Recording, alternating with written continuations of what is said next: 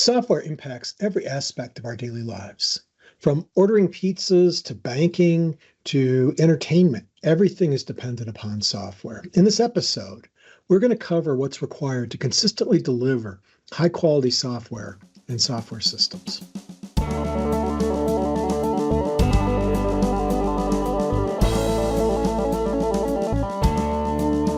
Hi, I'm Jerry Eschbaugh, and this is The Strategic Product.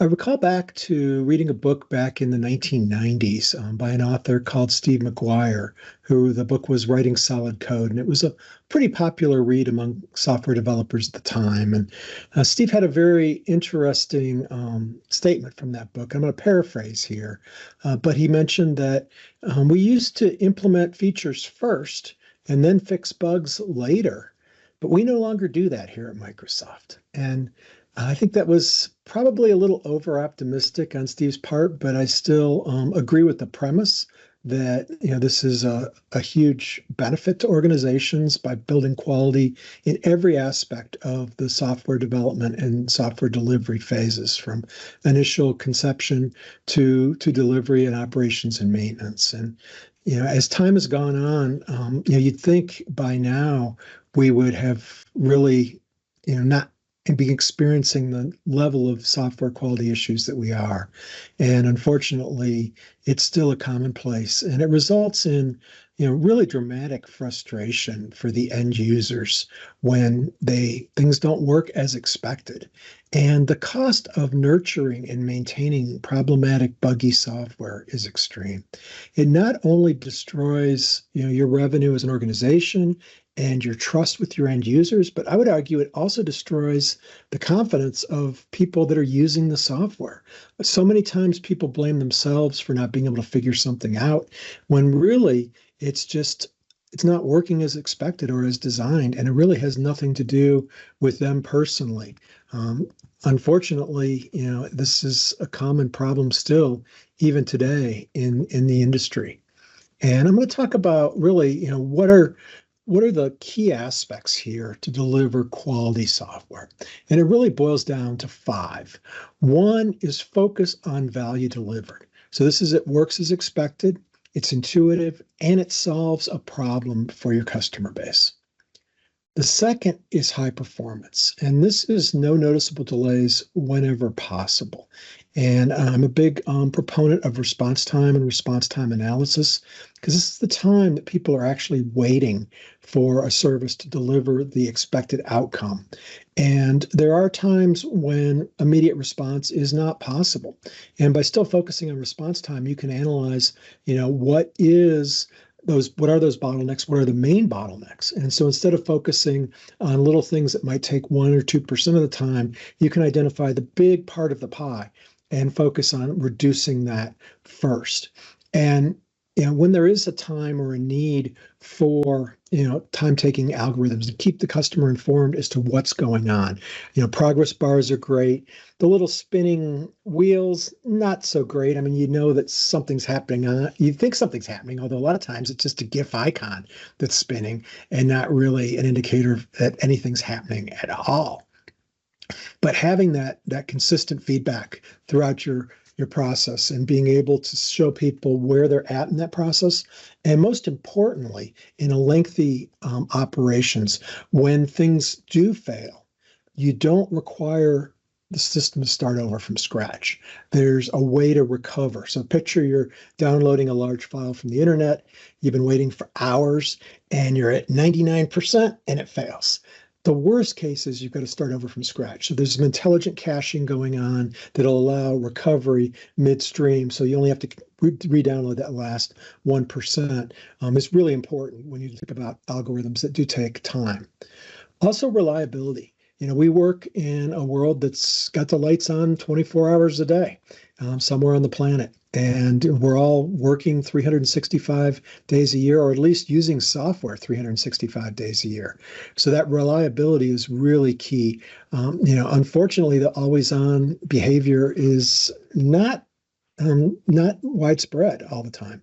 My bank just informed me that it wasn't going to allow me to do much on this Sunday afternoon because it was going down for maintenance. And that's not there's really no excuse for that, especially for a bank as large as mine. There's other ways they could probably have dealt with the situation without taking the whole system down. And there's blue-green deployments, there's containerization in Kubernetes, there are redundancies within systems. There's a lot of ways to deal with taking the system down. Unfortunately, sometimes taking the system down to do maintenance is just the fastest and cheapest way to accomplish that. Also, having smooth upgrades is real important with reliability and being able to deliver, not only have the software and technologies work throughout the upgrade, but also have the customer expect the new features and not be taken back by things not working the way they used to work. I've got a Tesla Model Y, and one thing I've really liked that Tesla added recently was the new feature in the car that actually shows you when something is new, so you're not taken back. And it also, if you're kind of sitting at a charging station or a stoplight, you've got some time to play around with some new features and discover what's new, and not be just confused why wasn't this working the way it used to work. And I had a situation where I didn't see the new button just recently, and they moved the dog mode from the one side to the top. And I'm like, I just couldn't see it because I was looking for the dog mode to turn the dog mode on. And dog mode, by the way, if you're not familiar, it's a way that your car will air conditioner will stay on when you leave your dog in the car on a hot day. So don't recommend leaving your dog in a car on a hot day, but if you have to, and I use it a lot of times just to keep my car at a good temperature when I'm just running into a store. But anyway, they moved that and didn't put the new button next to it. I didn't notice it. So there's definitely, keeping people updated with new features and right in the user interface. The whole idea of documenting software and having software documentation is old school. People don't read documentation. They never really did. And part of it was, it wasn't very well written a lot of times. I've yet to meet a company where they take their chief architect or their smartest person and have them write documentation. It does happen. And sometimes those people at least get to review it. But most times it's delegated to somebody who's rather junior, and it's not always accurate. But there are some people that aren't developers that write documentation and do a very good job as well. But the most important thing is really to take your effort and don't put it into documentation, but put it into actually making the software work better, so you don't need documentation and you can deliver updates. Documentation is a maintenance burden because every time you update your software, now you have to update your documentation.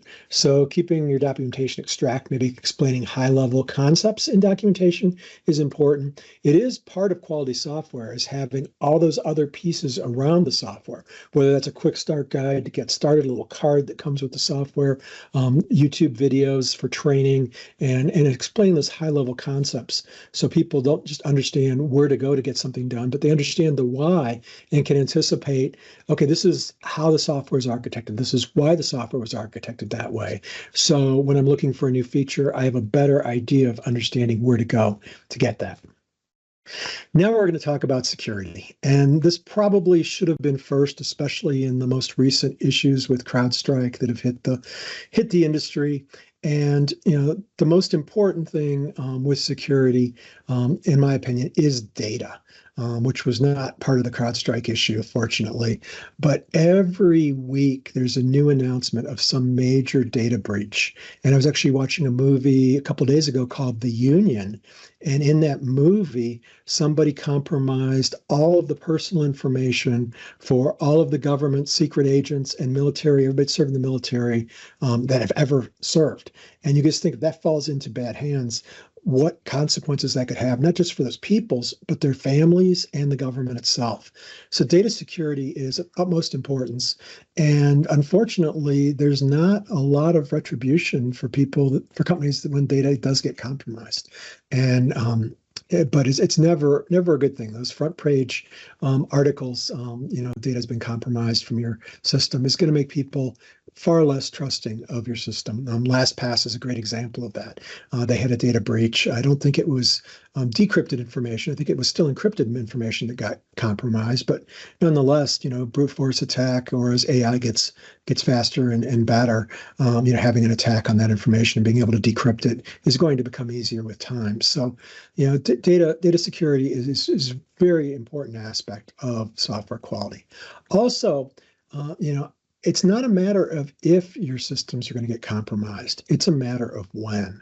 And designing and architecting systems that can respond in real time to adversarial actors and have isolation so that when a portion of that system gets compromised, it doesn't impact the entire system.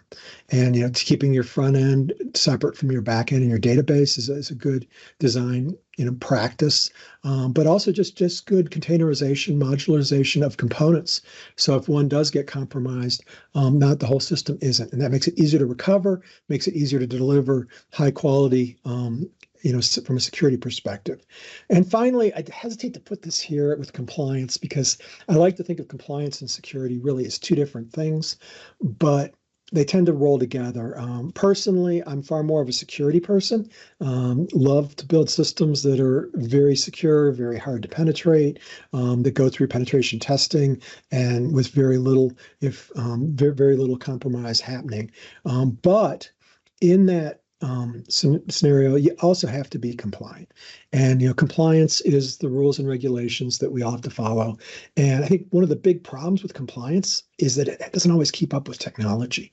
And I've been guilty of rolling out really new technology that maybe makes the compliance people a little uneasy because it's not the way we used to do it, but it's a far better practice. One example of this is immutable containers, where if a container gets compromised, there's no method, nothing you can do. There's no access that the adversarial actor can have within that container.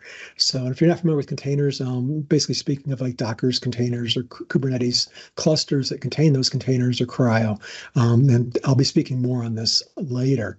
But compliance is important, but I do encourage you when you see something that you're being asked to be compliant with to push back and say, is this not real necessary if it's going to compromise the overall integrity of the system. And finally, on security, a little quote from one of my favorite ISOs is that the good internet security officers will find you a path to yes. The bad internet security officers or just the compliant plugging along security officers will just tell you no. And it's really important to hire those people that really understand what needs to be done, as opposed to just bricking the system, which frequently happens. There's so many constraints and security tools that need to be installed that the systems become unusable, and that's not good for anybody. Also, continuous improvement is vital, and this we were just talking about this with security, but it's important to continuously improve the software that's delivered, and this involves intimate working with your customers, understanding not just what your customer wants, but why they want it. And I always like to start with why, and why do you have to do something? What are you trying to do? What are you trying to accomplish? The wrong way to start is, this is this great idea I've got. Now we got to sell the customer on implementing it. And I was consulting with a software company in the logging space, and they said one of their biggest problems was the customers weren't using their new features. I'm like, well, if the customers are asking for the new features, why aren't they using them? Oh, the customers aren't asking for the new features. Our development teams implements them. And our job is to sell them on using them. And it's like, wouldn't it be a lot easier if you just implement what the customers want and, and understand their needs? And really, if you get down to their why they're trying to do what they're trying to do, that's where you can get creative and sometimes bring your developers in to actually implement something that'll deliver what they want, but might not be quite what they're expecting for. Famous Henry Ford quote is, if I had asked my customers what they wanted, they would say faster horses and buggies as opposed to cars. So there is a little bit of that in being able to introduce. And that's where thought leadership comes in, is to be able to get the seeds planted in people's minds, because nobody's going to embrace new features or a new product if they're not already thinking of it. We were all thinking of a device that we can carry in our pockets, phone, way back when we saw the communicator on Star Trek way back when. And I never did think it would be a phone. I thought it would be more a personal computer that maybe made phone calls, which is basically what we have today, although we still call it a phone. And then the second thing with improvement is, zero regression and not going back. So, I've never liked having to reintroduce new features. The idea is to get a small, partially functional capability out. Doesn't have to be all the features, doesn't have to be all the capabilities, then build upon that, but not tearing things out and totally re-implementing technology or features that's very disruptive to the end users. And finally, is maintained. Any software that gets used needs to be maintained. And unfortunately, so many budgets and organizations are like, we're going to pay all this money and develop this great piece of software, and people are going to buy it, and it's going to be a money printing machine. I hate to tell you this, but even just keeping the software working on the latest versions of Windows or the latest driver compatibilities or your latest iOS or Android takes time, takes effort. So there is just a certain amount of run just to stay even from maintenance and operations, and the whole DevOps movement helps with this. So I went on to look for a diagram that kind of depicts how the cost of software defects impacts organizations and end users with time. And I started off by just going to ChatGPT and saying, hey, give me an image that shows the cost of a defect increasing exponentially with time. This is what it came back with. The labels don't make any sense. The cost of the defect is across the bottom and time is across the top, which is not intuitive. Cost of exponential, not what I was looking for. So I decided, hey, let's try again. So swap the X and Y axis labels. Let's just start there. Well, this is what I got back. Actually, quite a bit worse. It did kind of swap the X and Y axis, but it's got testing phase and test station phase, and it's not at all a usable diagram. And most importantly, it doesn't show it going up exponentially with time. It shows it going up and going back down again.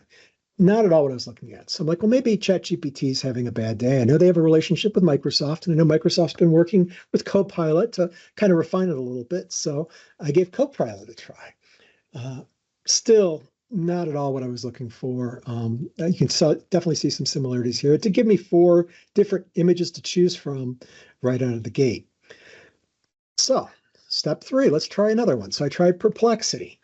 And interesting enough, Perplexity started off by apologizing for not being able to produce images, but then it gave me the best diagram I've gotten so far, which at least had the axes right, got the point across. It was a bar chart as opposed to a line graph, which is kind of what I was looking for. And then it gives instructions on how to create the diagram. So maybe if I feed that into ChatGPT, I might get what I want. I don't know. But it was interesting to see that the system that's actually said it couldn't do it did the best job. So finally fell back to good old PowerPoint. And this is really what I'm trying to communicate here, is that the cost of a defect increases with time. And if you can find those defects back in your requirements or design phase when you're still developing code and configuring code, it's far cheaper, easier, better than waiting till your implementation and testing phase or your deployment phase. So this is the whole shift left movement that's becoming very popular with software testing. And software test automation is really a vital aspect of this. So you might think that problems like what we just described are, what we're seeing today, and we're not seeing any catastrophic failures. Well, just a month ago, CrowdStrike released an update that caused computers around the world, probably over 100,000, I would guess, to blue screen, including terminals in airports, I think some bank teller machines, all became inoperable because of this update. And this is definitely, an issue with quality, and it's still why quality is very important even today. So now we're going to talk about what you can do about it. And most importantly is intimate customer involvement. And we talked about that earlier, but one of my favorite quotes is from an author called Stephen Covey, who had the 7 habits of highly effective people. And I believe one of the first or second habits was seek first to understand and then to be understood. And this is really important with interacting with your customer base, your developers, everybody, is that first you want to understand what they're trying to accomplish and then how you can deliver it. Secondly, development is testing. Software is driven by testing. And people think a software developer's job is to type really fast, but you look at the real job nowadays, it's some coding, some configuration, and then a lot of testing. things rarely work the way we intend them to work. And we have to test to get minimal happy path working. And then if we're good, we test some edge cases. And if we're really good, we have automated tests that we can rely on throughout those phases, from development to integration testing, so unit testing, integration testing, security testing, and scans, and then production monitoring and testing as well. So that's, the full perspective of testing. And, you always start, I'm a big proponent of starting with some UAT, some manual testing, but then work very quickly to automate that. I had a developer on one of my teams who was working on a bunch of greenfield projects and used to just complain about writing tests and would just push back and had 1,000 reasons why the tests weren't valid. And I think he kind of saw them as, I write great code, so why do I have to write tests? And we moved into a brownfield project, an existing project, and there was a lot of integrated tests on that project. And he got to see the impact of those tests and how easy it was for him to make really radical changes and not break the system.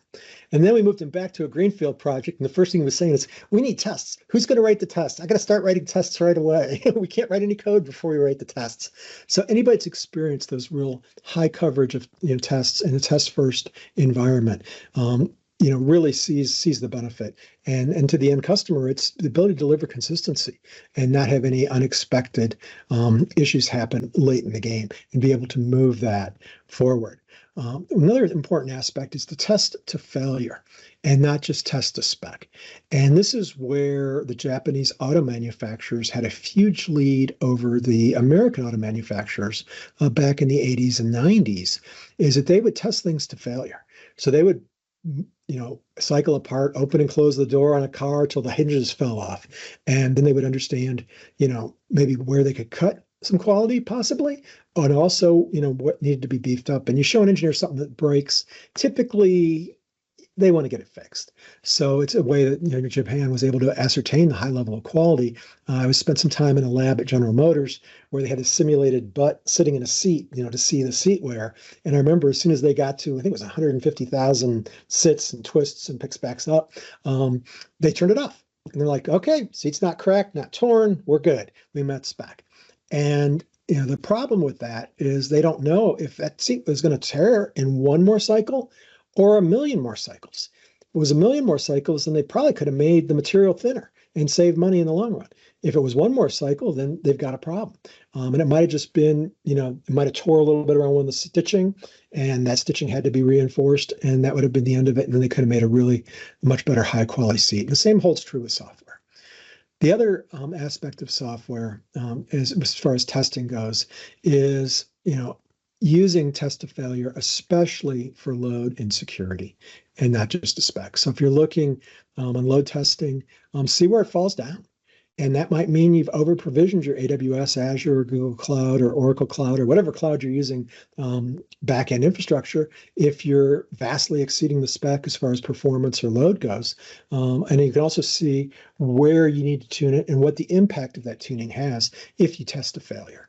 With security, once again, you want to test with, white hat bad actors, if you will. I think they're called gray hat actors, people that actually try to hack into your system and see where the vulnerabilities are.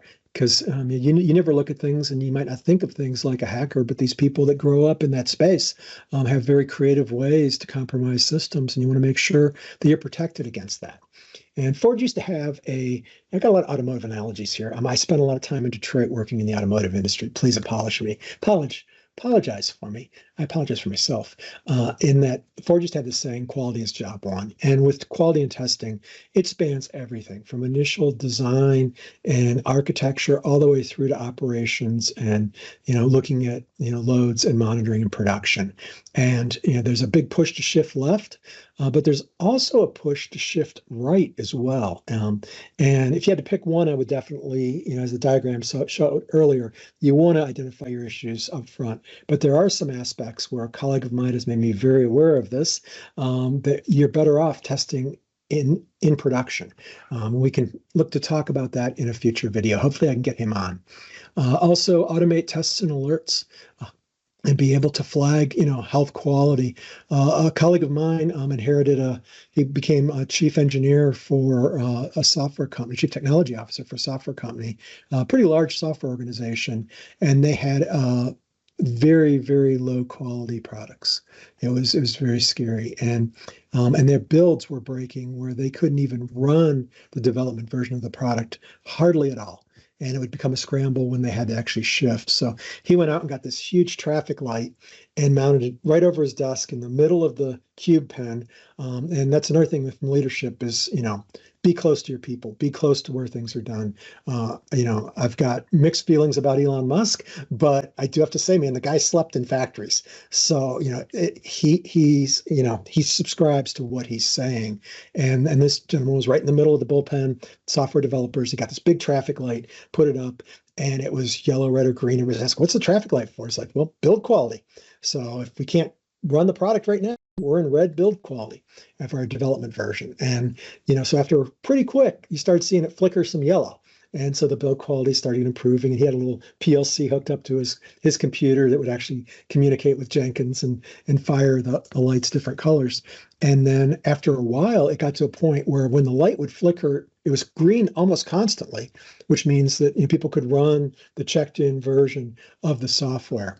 And it would work, maybe not work correctly, but it would at least run and be able to work. And it got to a point where if the light would flicker yellow, everybody would be, scrambling to see what went wrong to get it back to green. And having that visibility, or that information radiators, as they're called in organizations, it doesn't have to be a traffic light, it can just be a computer screen. But having that visibility on what your top metrics are is really vital for maintaining top quality throughout the organization. So we talked about tests and alerts, and also, provide, when you are writing tests, provide actionable insights. The worst case, and I was ordering software the other day, it said, the software is not functioning as expected, please contact your administrator. It's like, well, I am the administrator, and what's not as expectedly. So having, and ideally not an error code, there's not really much of a reason for error codes anymore.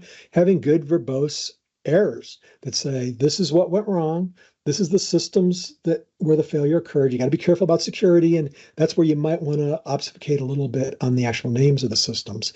But system A is down, system B is down, and then have a cross-reference looking up what system A and B are. But that's vital in actually taking action when things do go sideways, especially in production, but even in dev, and knowing what went wrong. Also, expediting troubleshooting. And I'm going to talk about this in later videos, but I was fortunate enough to work as a TV repairman. That's what we were called back then, when I was in college. And I learned so much about troubleshooting.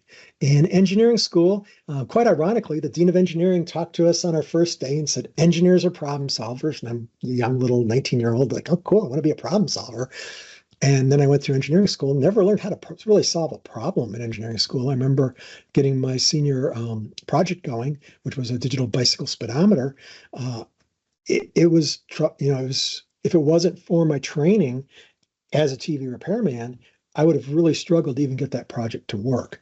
And a lot of it is just divide and conquer, but we definitely get into that later. And then full circle on school. My commencement address when I graduated from engineering school was, engineers are problem solvers, now go out and solve those problems.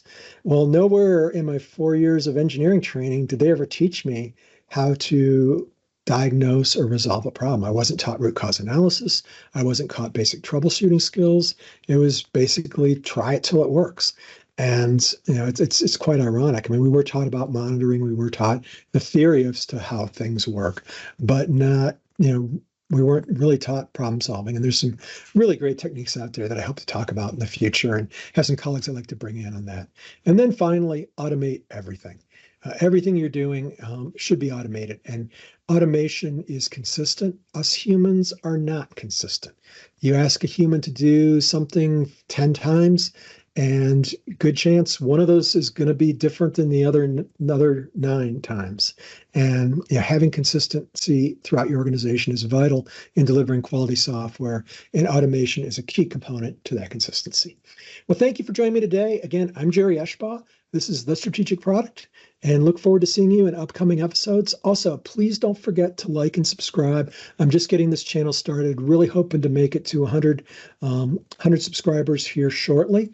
And that's just the first stage. I've got need a lot more subscribers than that to really reach the goals for this channel. And also comment on any videos, anything I said that you disagree with, please put it in the comments. I look forward to your feedback, and we'll see you next time. Thank you.